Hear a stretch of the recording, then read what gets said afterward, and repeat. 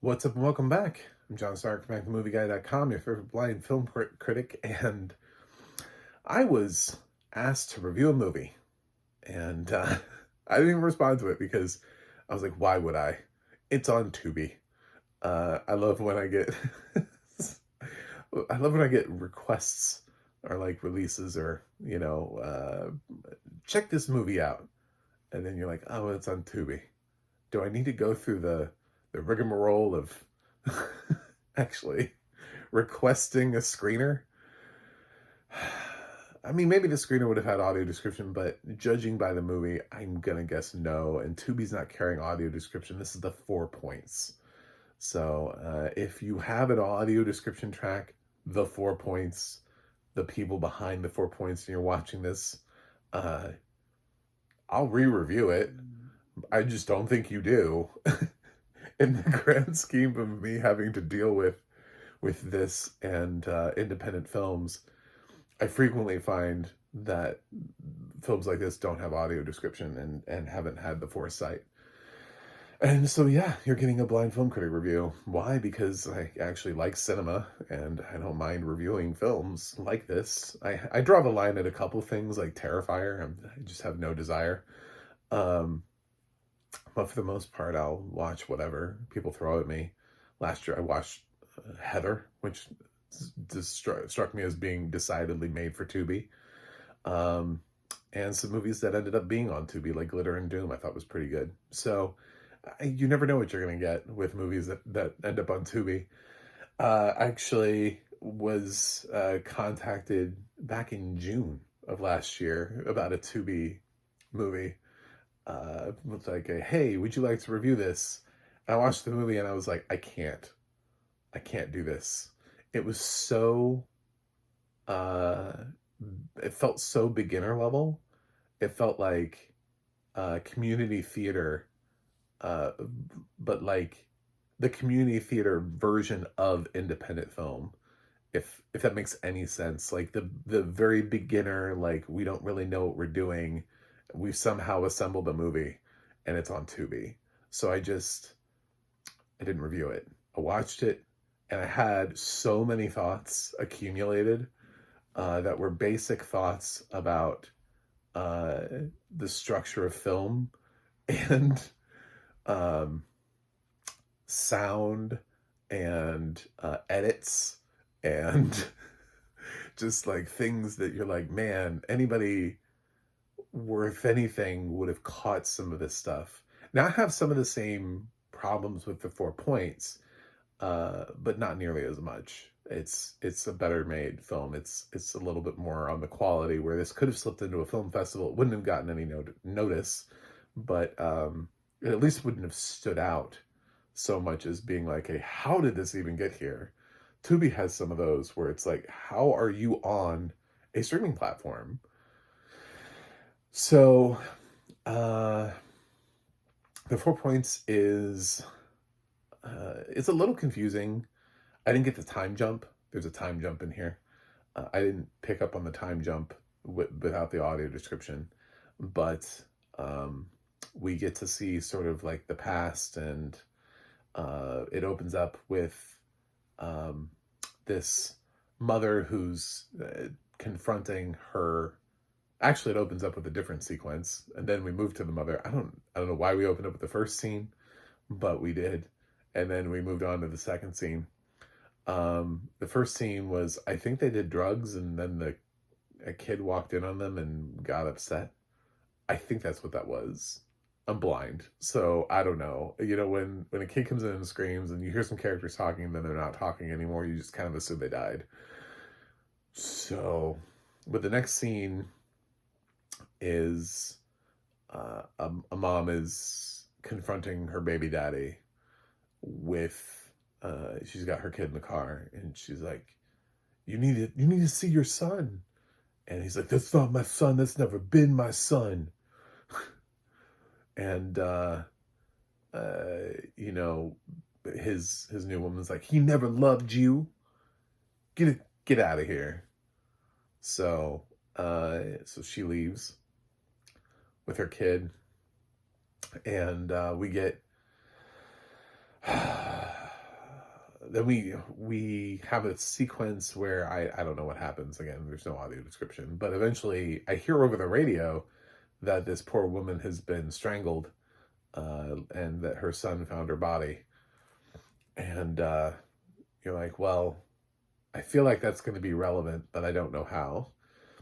So then we start following police officers, mainly Dre is the police officer we're following here, who goes undercover. And there's this area in Los Angeles, the 4 Points, where there are rival gangs that are looking to go up against each other. And there's a guy named Chopper, which you can guess what he does too. His name is literal.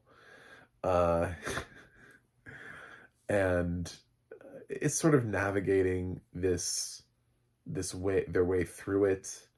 There's references to the mayor's office and maybe the mayor being corrupt, or you'll work your way through it if you choose to watch this. And he's told that that if he ever needs help, not to call for help. He can only call his boss, because very limited amount of people know what they're doing, this undercover thing. So he's got this buddy Shane, who's not the main character but is around quite a bit. But this is mostly Dre's movie. Dre's actually a decent actor. I think Dre's done some stuff. Like, I can tell that Dre has been in some projects with talent. And I could say that about a couple characters here. There were a couple times where I was like, okay, that person can act, that person can act, that person can act. The first girl, who was the mother who gets strangled, was it Tasha?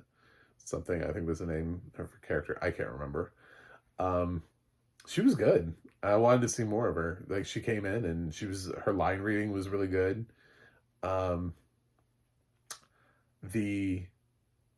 She ends up in this unfortunate sequence. Nobody talks on the phone in this movie in a way in which anybody would talk on the phone. They all talk on the phones in these movies. like the exposition matters more than the natural beat of how somebody would talk on the phone. Sometimes we just yeah, well, I mean, okay.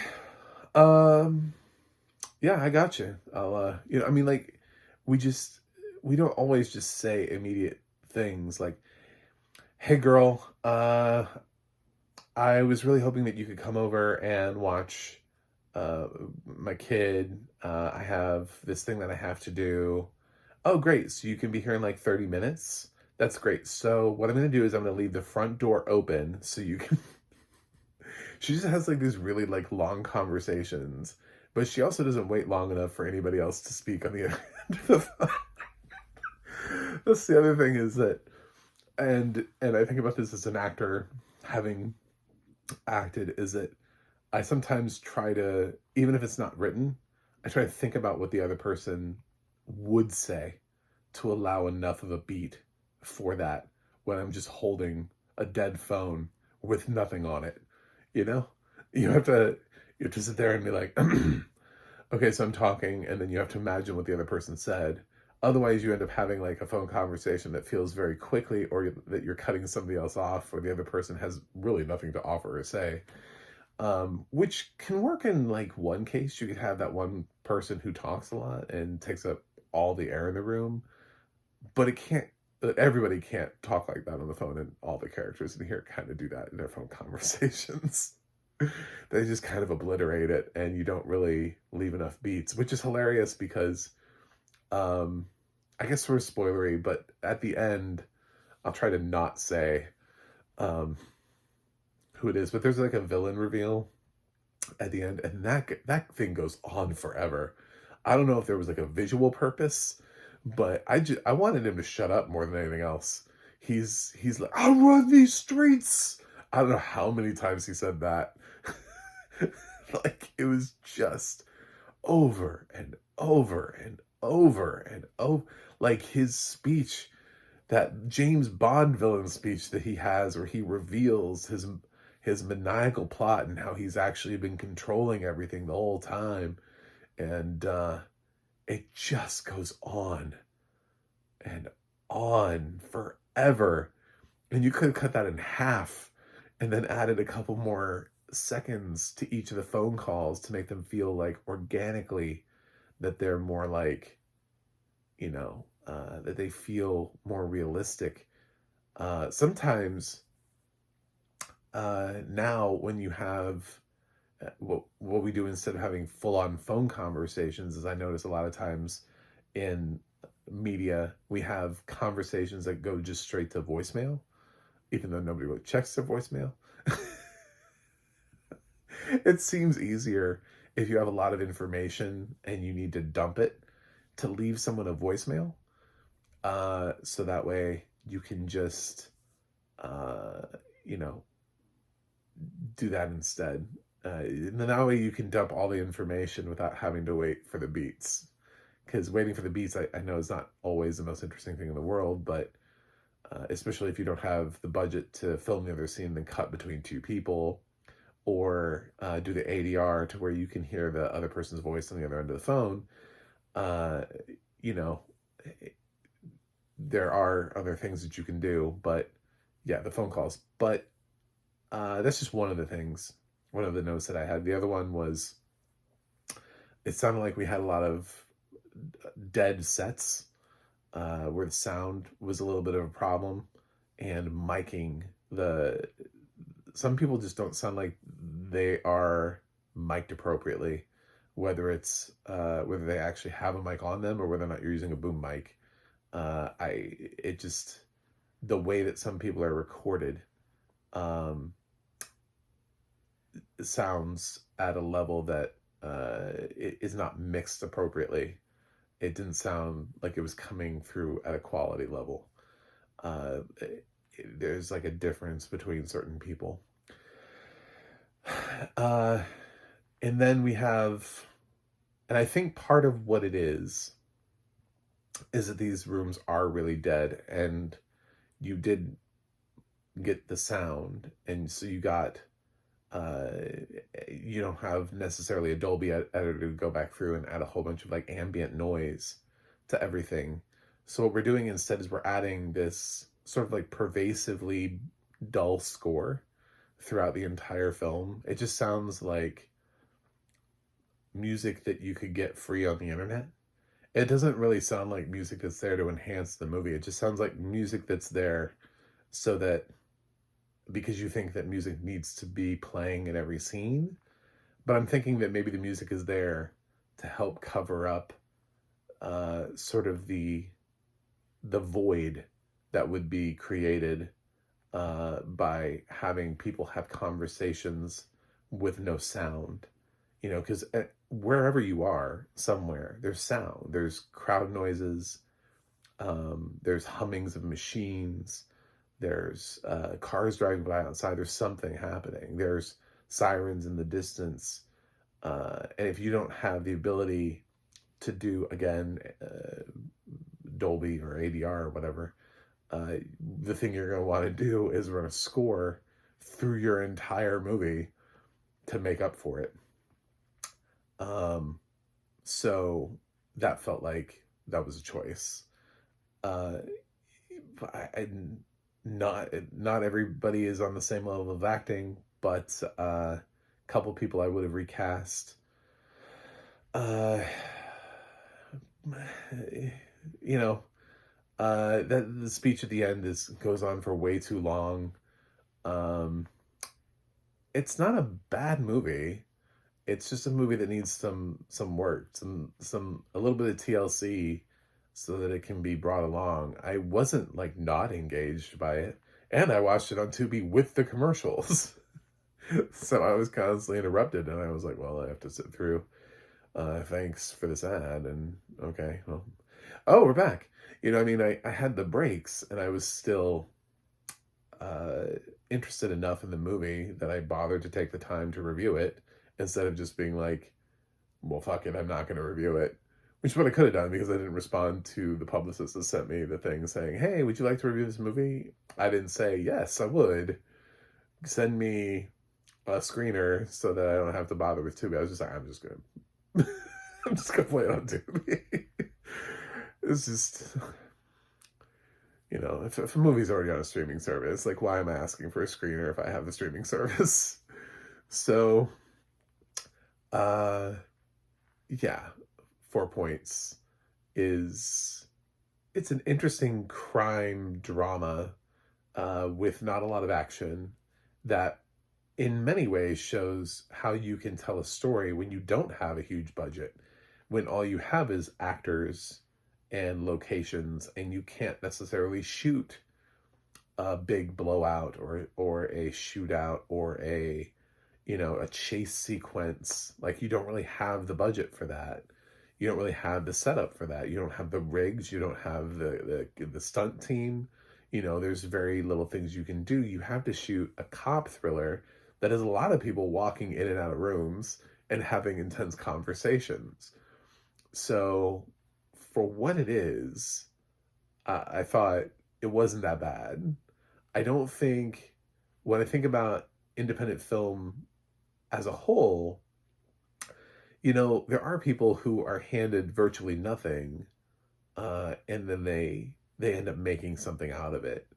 And they either embrace the fact that they have nothing, so the film is poor quality, but they find a way of doing it through either found footage or like Clerks with the security camera footage when nobody knew who Kevin Smith was. They end up embracing it, or they do like a home movie feel type thing. I mean, there are a whole bunch of different ways to kind of embrace the fact that you don't have necessarily the funding or the budget to make an explosively original film. A lot of films do limited locations, small casts. A film like Primer stands out to me in terms of concept over anything else, and not a huge cast. Also, Christopher Nolan's first film Following is decidedly, I mean, he's working with far less. He doesn't have huge talent in that film, but it's still an interesting film. And it's clear that his budget is not where he would want it to be. Even when he gets a budget, he makes Memento, which was still an independent film at the time. But Following was more independent. It had less of a budget. People did not know who Christopher Nolan was. So watching Following is really an exercise in what somebody can do when nobody knows who you are and you don't have a cast, and all you do is have a script. And you're just like, what do I do with this script? There isn't a lot of action in that movie. Nolan just kind of made that movie. Well, there are examples out there of getting all the casting right so that you don't have an actor that feels out of place, an actor that feels like you gave your friend a role, that kind of thing. You have consistent sound.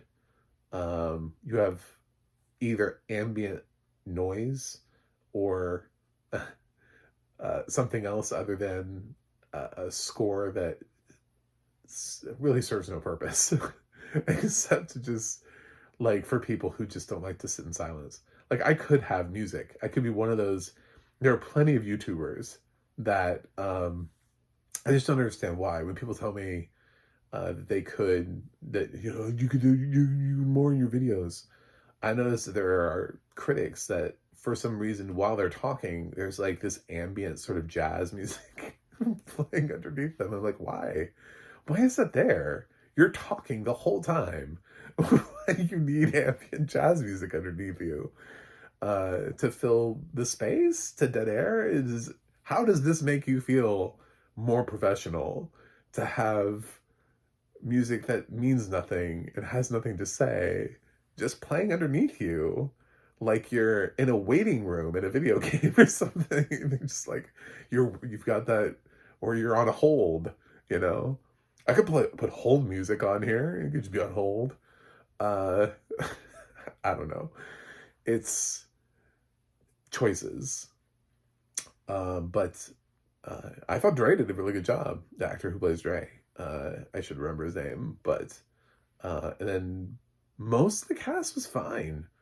So there are reasons to like the 4 points, but in the scheme of things, in the grand scheme of, we live in a world where there's a line and things are fresh and things are rotten and things are good and things are bad. There's really a gray area.